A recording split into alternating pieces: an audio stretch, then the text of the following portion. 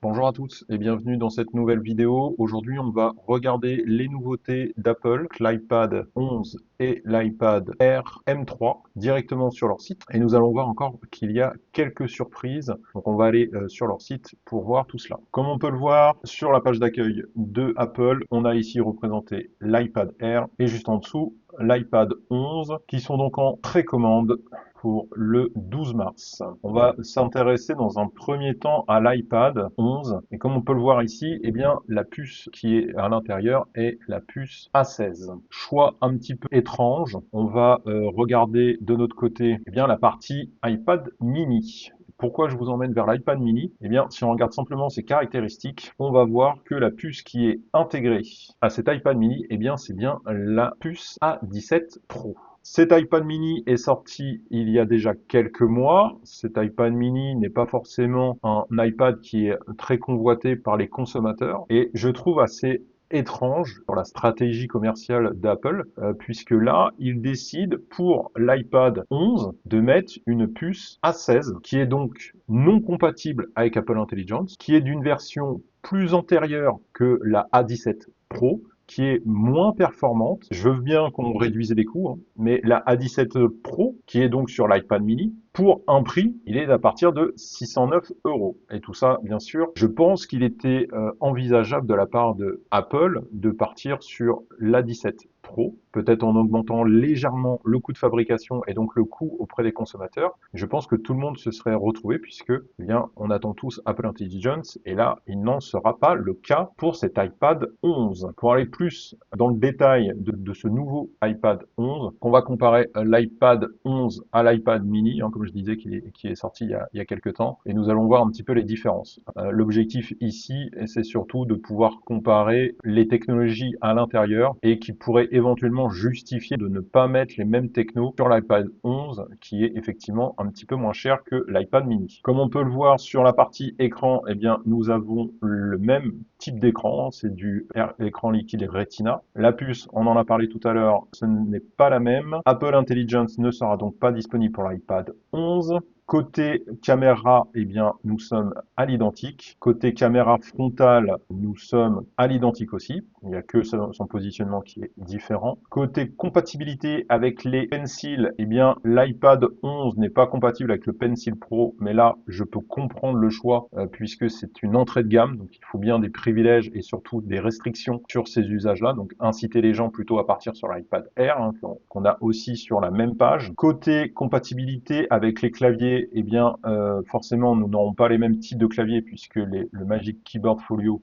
est vraiment spécifique à la taille d'écran des iPads standards et l'iPad mini ne peut pas en bénéficier. Sachant que Apple a retiré la page de l'iPad 10, eh bien, je suis obligé d'aller sur un site du type boulanger hein, pour voir les caractéristiques de l'iPad 10. Donc, concernant l'iPad 11, au-delà des couleurs, qui ressemble à ce qui avait été fait déjà pour l'iPad 10. On retrouve cette fois-ci une capacité minimum de 128 Go. Enfin, le 64 Go disparaît de l'ensemble des produits Apple. Côté dimension, je pense qu'on est similaire à ce qu'on avait sur l'iPad 10. Voilà, on est exactement sur les mêmes dimensions que l'iPad 10. Côté poids, je pense aussi qu'on va être à peu près sur les mêmes poids, 477 uniquement avec le Wi-Fi cellulaire, donc on est effectivement sur le même poids. Côté boutons et connecteurs, je passe puisque c'est exactement les mêmes. L'iPad 11 bénéficie forcément du connecteur USB-C. Pour les résolutions d'écran 2360 par 1640 avec 264 de pixels, je pense qu'on est similaire sur cette partie-là. Aucune évolution sur la partie écran. Cette fameuse puce A16,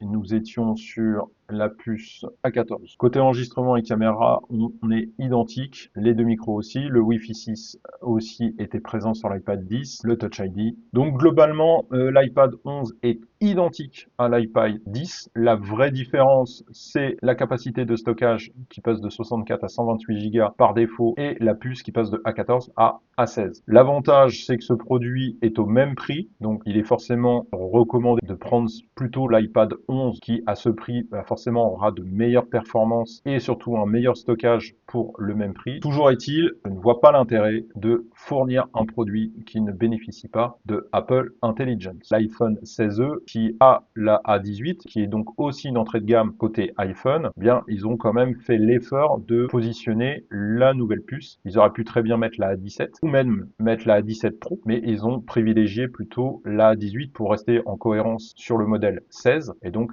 que tous les modèles iPhone 16 bénéficient de la A18 ou de la A18 Pro. Pour cette entrée de gamme en iPad, eh bien, on n'aura pas Apple Intelligence et on aura donc une ancienne puce, donc la A16. On passe tout de suite à l'iPad Air. Il débute à 719 €. C'est vraisemblablement le même tarif que proposé par l'ancienne génération de iPad Air. Ici, vous aurez bien sûr la possibilité d'avoir la M3, donc pas de M4 pour l'iPad Air. Il reste un cran en dessous. Toujours les deux tailles disponibles en 11 et 13 pouces. Je pense effectivement que pour les créateurs voilà, qui ont un besoin pourront très facilement monter des vidéos directement sur ce modèle. Couleur bleu, mauve, lumière stellaire et du gris sidéral, le classique. Côté stockage, pas de surprise. Côté dimension, on reste sur les mêmes que le précédent. Les boutons identiques aussi. On reste encore une fois avec le Touch ID, hein, pas de Face ID sur l'iPad Air. Connecteur USB-C bien obligatoire. La fameuse puce M3. Alors, je vais pas aller dans le détail sur les GPU et sur la Neural Engine. Je pense qu'on est similaire aux précédentes puces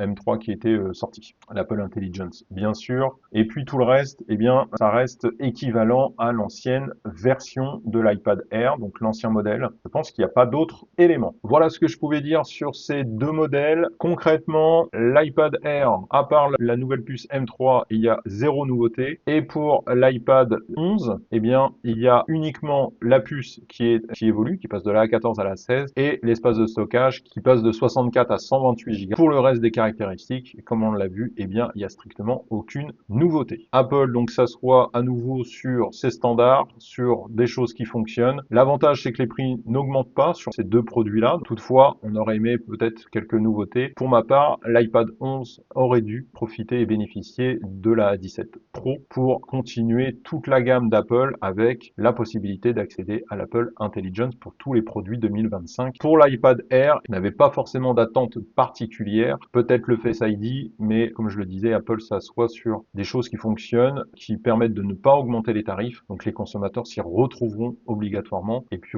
pour ceux qui souhaitaient donc changer d'iPad, eh bien l'iPad Air est une très bonne occasion de prendre ce modèle qui est forcément plus puissant que l'iPad M2. C'est tout pour moi et je vous dis à bientôt pour une prochaine vidéo.